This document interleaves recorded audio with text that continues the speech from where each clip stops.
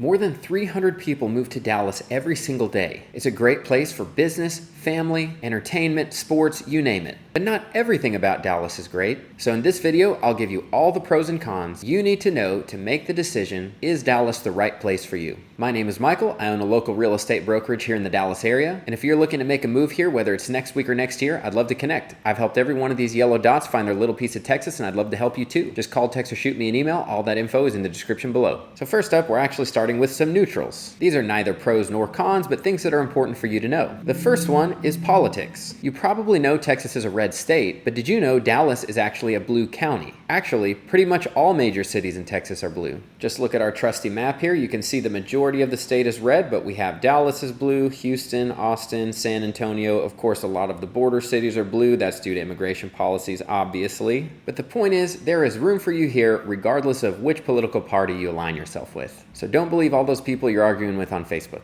The next neutral is that Dallas is huge. It's constantly growing, which brings a lot of jobs, new shops and restaurants, but it also brings a lot of traffic and construction. This is why it's a neutral. As a metroplex, Dallas is the fourth largest in the country with 7.943 million people. So if you're coming here from the Nashville area, for example, our metroplex has about 4 times as many people. However, one important note, our metroplex is 9,286 square miles. For context, this is larger than the states of Connecticut, Delaware, and Rhode Island combined. In the DFW Metroplex, there are more than 200 cities and towns, all of which are very different in every way you can think of. This is why you need to make sure you end up in the right place. Don't try and move here based solely on YouTube videos and Google searches. Give me a call, tell me what's important to you, and I'll get you pointed in the right direction. So even though we have a lot of people, we're not stacked on top of each other like a lot of the other metroplexes. So for context, I thought it would be helpful to give you a comparison of the number of people per square mile in a lot of these major metros. The New York Metro has 2,957.4 people per square mile. The Los Angeles Metro has 2,678.7 people per square mile. The Chicago Metro has 1,321.8 people per square mile. The San Francisco Metro has 1,871.5 people per square mile, while the Dallas Metro has quite a few less at 894.5 people per square mile. And for further context, the Austin Metro has only 557.5 people per square mile, and the Nashville Metro has only 353.9 people per square mile. So as you can see, even though Dallas has a lot of people, we're spread out over a large landmass. So it's only going to feel about 1/3 as dense than if you were living in LA, for example. And if you'd like to see how the population of your metro stacks up against Dallas, I'll put the link down below. Just type your city and metro and it should pop up in the drop-down menu.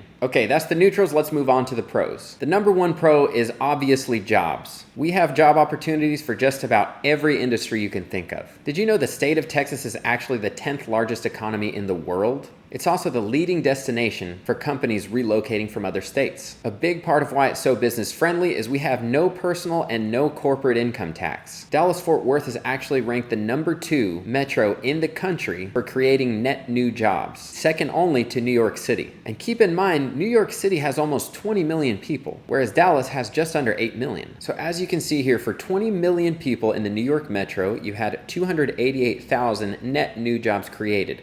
While in Dallas, for only 8 million people, you had 212,000 jobs created. Contrast that to the next closest of Los Angeles at only 146.9 thousand. And remember, Los Angeles has a population of nearly 13 million. So Dallas is adding a ton of jobs faster than all these other major cities. Pro number 2 is location. You may not have known this, but we're right in the middle of the country, which means we're a very short flight to most places. We have 2 major airports, including DFW International Airport, that will get you anywhere you need to go in the world. We're only a 2.5-hour flight down to the white sandy beaches of Cancun, 3-hour and 20-minute flight to LA, 2 hours and 20 minutes to Chicago, 2 hours and 50 minutes to Miami, and 3.5 hours to New York City. So we're an easy central place to get around. Pro number 3 is our schools. Now, public schools can vary quite a bit based on the area. And if you're interested in buying a home in one of the top school districts here, along with how much you can expect to spend on a home there, I've made a really great video recently covering all of that, and you can click here to see it. But Dallas is also a choice school district. So if you don't like your assigned public school, there are plenty of highly rated charter and magnet schools that your child can attend based on a lottery system. Dallas also has some of the top private schools in the nation, including Ursuline, Hockaday, St. Mark's, Jesuit, and many others. We also have several major universities. such as University of Texas at Dallas, SMU, then University of North Texas is about 45 minutes away, and Baylor University is about an hour-and-a-half drive. Pro number 4 is we have friendly people. Before real estate, I spent a decade as a touring singer all around the country. I've been to every city that you can imagine, as well as I've lived in both Los Angeles and Nashville for many years. And I can just tell you the people of Texas are friendly. If you're driving through your neighborhood and someone's out walking and you make eye contact with them,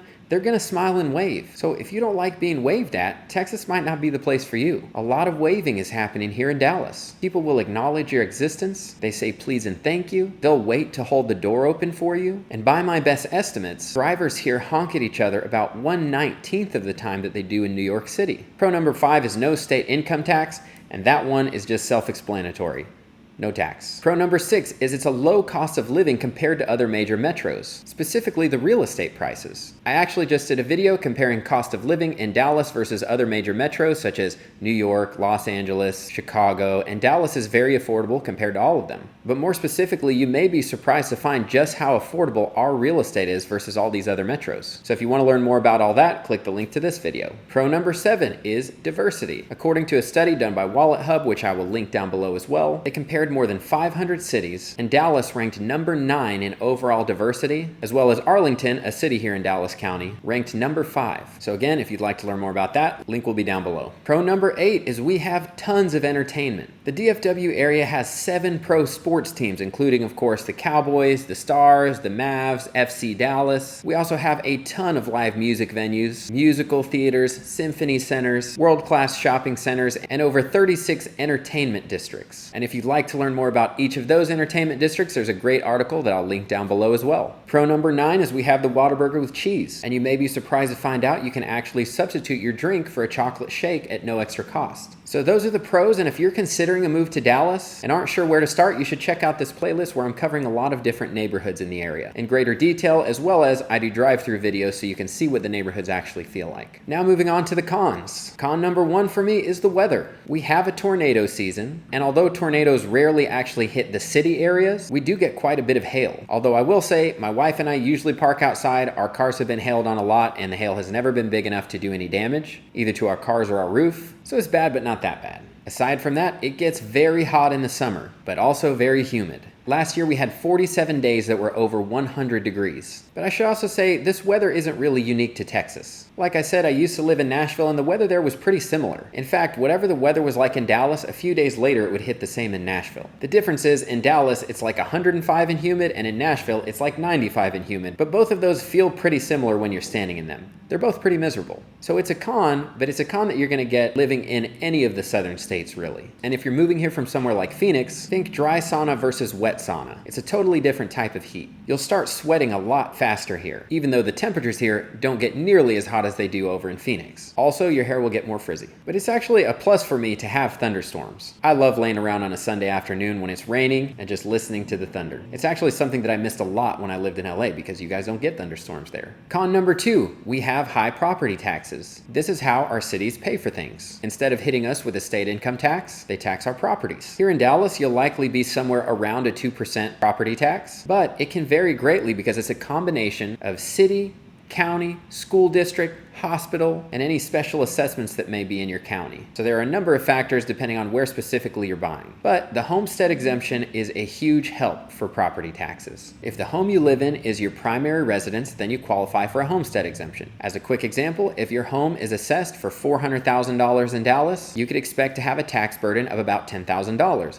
But if you file for your homestead exemption, and you only have to do this once in your life, then your taxes instead of $10,000 are only $8,000. As well as long as there's a homestead exemption on your house, the city can never raise your home's assessed value more than 10% in a single year. So this is a huge help when we go through years like we've just gone through, where we have multiple years in a row where prices have gone up more than 25% in a year. Even though prices went up 25%, the city can only assess you a maximum of 10% higher. So it's not uncommon to see homes here that people have lived in for a while that are assessed by the city at about half of the value as what they could actually sell it for on the market. So if you bought a home at $400,000 a few years ago, your home may be worth $600,000 or $700,000 now, but your assessed value still could be somewhere in the $400,000 to $500,000 range. Also, when you buy your home, most likely you're just going to escrow these taxes as part of your mortgage payment. So it's not like you're going to get hit with a surprise $8,000 bill at the end of the year. This is just something that you'll be paying all year long with your mortgage. And you also have to remember, even though our property taxes have a higher percentage than a lot of other states, our real estate is still cheaper than a lot of other states. So it's not as bad as it sounds. Con number 3, we don't have great public transit. We're not like New York City or DC where you can jump on a train and get places. We have public transportation, but I've never used it. As I said in the beginning, our population is spread out over a very large landmass. So we're not crammed on top of each other, but the downside is you're gonna have to drive places. And if you don't like driving that much, you can get a Tesla and it will do most of the highway driving for you. As an example, if you needed to drive from one end of Dallas to the other without traffic, it would probably take you about 30 to 40 minutes. Of course, with traffic, that could easily be over an hour. And if you wanted to get from one side of the DFW Metroplex all the way to the other, then you're looking more like an hour and 20 minutes with no traffic. Probably closer to 2 hours with traffic. But from my experience, the majority of the driving you're gonna do is between 15 and 30 minutes. Con number 4. It's flat here. The most beautiful neighborhoods here you're gonna find are the ones with big trees. Maybe you get a creek lot, maybe you get a lake view or a pond view, but we don't really have hills, we don't have any mountains, we don't have an ocean. So if you're into views, you're really looking for, you want to be overlooking a body of water and you want to have great trees. Here's an example of a very nice lot that one of my clients is contracted on right now. And this is in the suburbs. It's probably 30-40 minutes from downtown Dallas, but you can see it's got some nice, beautiful trees. It's very peaceful and quiet back there. Here's another example of a lakefront property we looked at recently in Fort Worth. It's on Lake Fort Worth. It was listed at $640,000 and has an incredible view of the lake, which also means if you're thinking of moving to one of the newer Dallas suburbs, like a Frisco, a McKinney, a Prosper, they just started planting their trees a few years ago. So it's not very well established as far as beautiful trees. If you move into one of those suburbs, you're gonna see a lot of houses and a lot of small trees. Well, that's it for me. What do you guys think? Could you see yourself moving to Dallas? If so, once again, you can start by checking out this playlist and familiarizing yourself with some of the neighborhoods here, or you could make it easy on yourself and just give me a call and I'll get you pointed in the right direction. Thank you so much for watching, and I'll see you in the next video.